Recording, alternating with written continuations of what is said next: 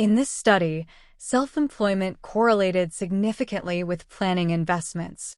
Overall, the self-employed spend more time planning their investment strategies than those who work for others.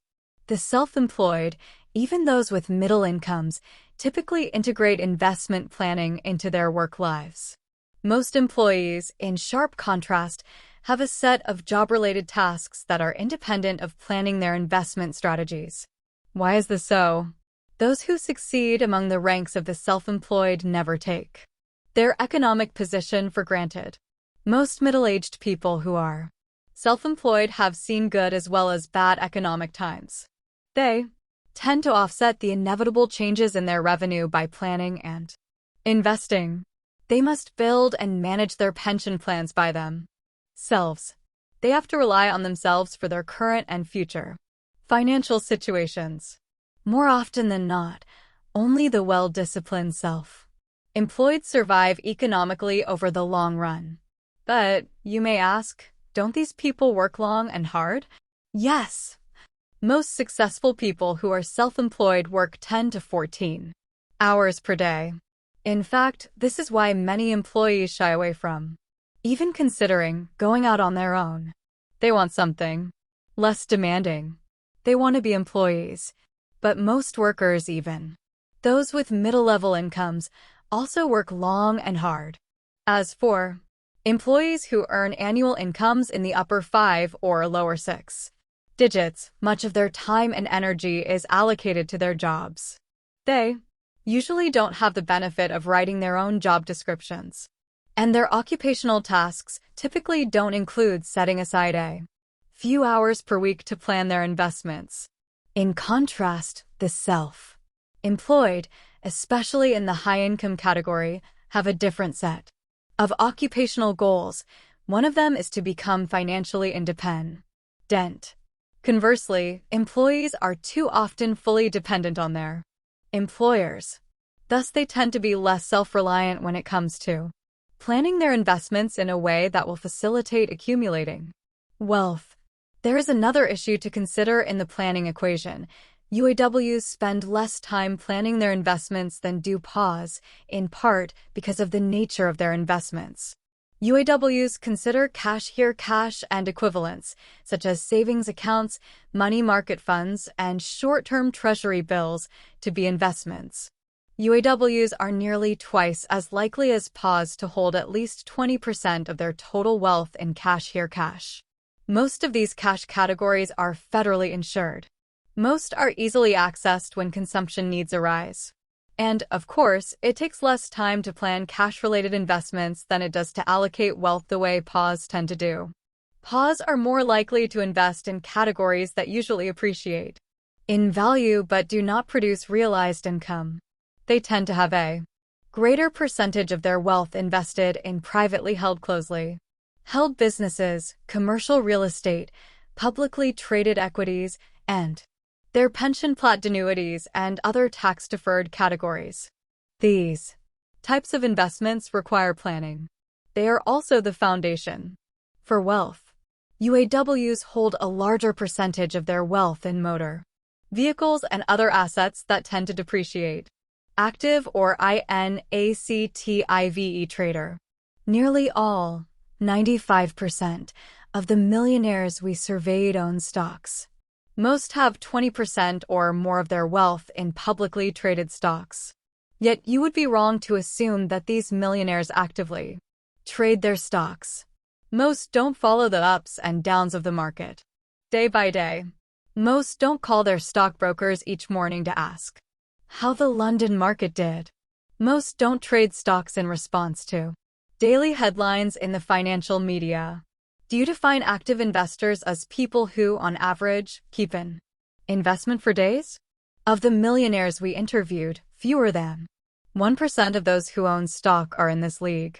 How about weeks? Another 1%. Let's move up to those who, on average, hold on for months, but less than a year. Fewer than 7% are monthly investors. Overall, only about 9% of the millionaires we have interviewed hold their investments for less than 1 year. In other words, fewer than 1 in 10 millionaires are active investors.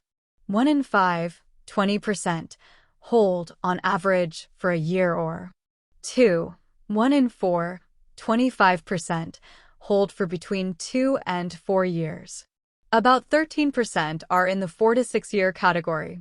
More than 3 in 10, 32%, hold their investments for more than 6 years.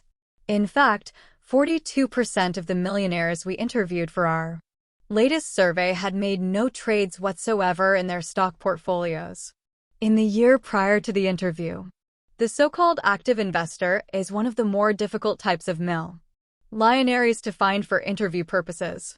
He may be an ideal target market for stockbrokers. He certainly spends considerable amounts for brokerage fees related to his trading, but he represents a very small minority of the millionaire population. In fact, we have encountered more non-millionaire active traders than millionaires who actively trade. How can this be possible? Because it is very expensive to buy and sell one's equity holdings each day or week or month. Often, active investors spend more time trading than studying and planning their investments. Conversely, millionaires spend more time studying far fewer offerings. Thus, they can focus their time and energy, the resources needed to master their understanding of a much smaller variety of offerings in the market. We have always been interested in studying the wealth accumulation habits of stockbrokers. Compared with the members of other industries, stockbrokers earn high incomes. They have access to large amounts of research data. Also, they pay less than other people when they trade securities because they earn their own commissions. Are all these high-income producing investment advisors wealthy? Not by a long shot. We have asked many stockbrokers about this issue. Perhaps one individual stockbroker stated it best when he told us, "I'd be rich if I would just keep my stocks, but I can't help but make trades in my own portfolio. I'm looking at the screen every day." Keep in mind that this broker's net annual income is in excess of $200,000. But because he's a very active investor, he rarely allows the investment seeds he sows to grow. Any short-term realized gains he enjoys are taxed immediately. He is not the type of broker a millionaire prefers to patronize. Then what type do they prefer? Far less active investors. They prefer to deal with those who believe in buying based on considerably studying and then holding. Let's return to our case studies, Doctors North and South, to see finan. Cial planning in action. Comparing times.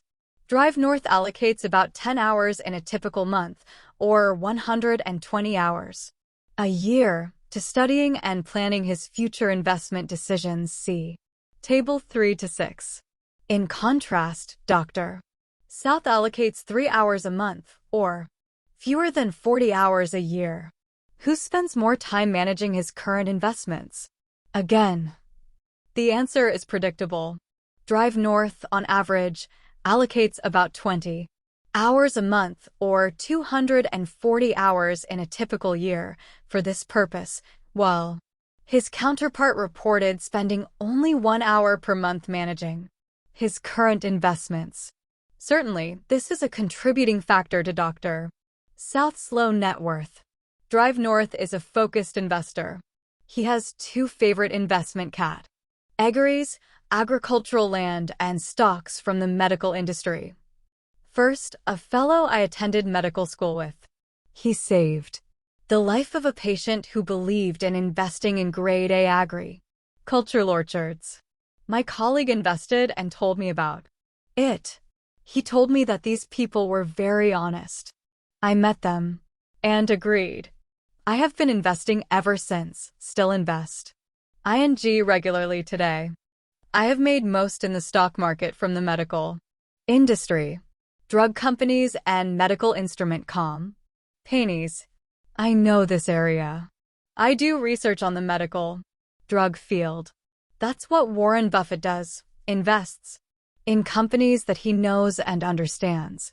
But you must have seed money, savings to invest in areas you have no edge. I have over $2 million in my profit-sharing plan. Dr. South is responsible for making the major investment decisions.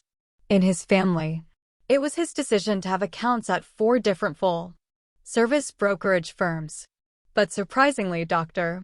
South has less than $200,000 in securities. Then why does he have 4 different financial advisors? Because he believes, incorrectly, that he does not need to spend time making his own investment decisions. He admitted to us that he would be really affluent if he did not take advice from these so-called experts. But even bad advice does not come cheap. We estimated that Drive South spent over $35,000 in a single year for advice and trades related to his poorly performing $200,000 portfolio. What about Dr. North? During the same period, he spent $0 for transaction fees and $0 for financial advice. He is his own financial advisor.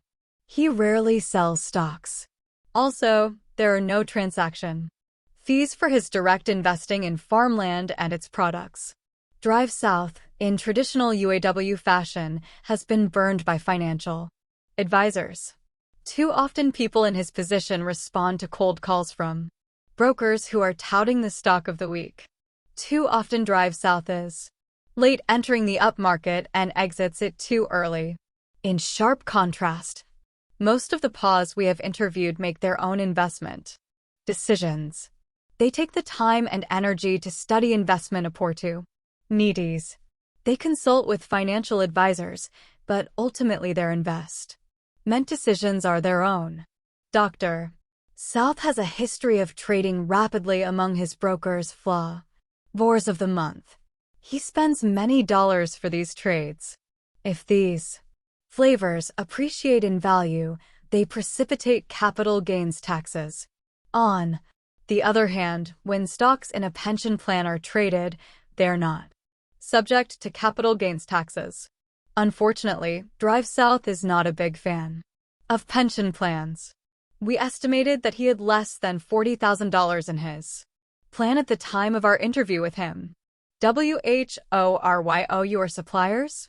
How did you hire your household's financial advisor? Did you list the position in the Help Wanted section of your local newspaper? Did you evaluate the stacks of resumes your advertisement generated? Or did you ask your accountant, attorney, or minister to help you find a qualified advisor? Many people tell us that such methods are just too much work. This is unfortunate. The more intellect, time, and energy you spend in hiring a financial advisor, the more likely you will be to find a suitable one. Perhaps you're not convinced about the need to exert yourself in this task. Look at it another way. How much time and effort did it take you to find your most recent employment position? What are the chances that you could call General Motors, IBM, or Microsoft and obtain a job today by phone? What theme would you use? Hi, I'm a red-hot potential employee. One can greatly enhance the productivity of any department in which I'm placed. I'm smart, efficient, positive, personable, well-groomed, resourceful, and have empathy for the needs of others. When do you want me to start? Your chances of being hired by placing a telephone call, especially a cold call, are near zero. Then why do so many people hire their cial advisor after he or she made a cold call to them? Because they are not experienced in hiring employees.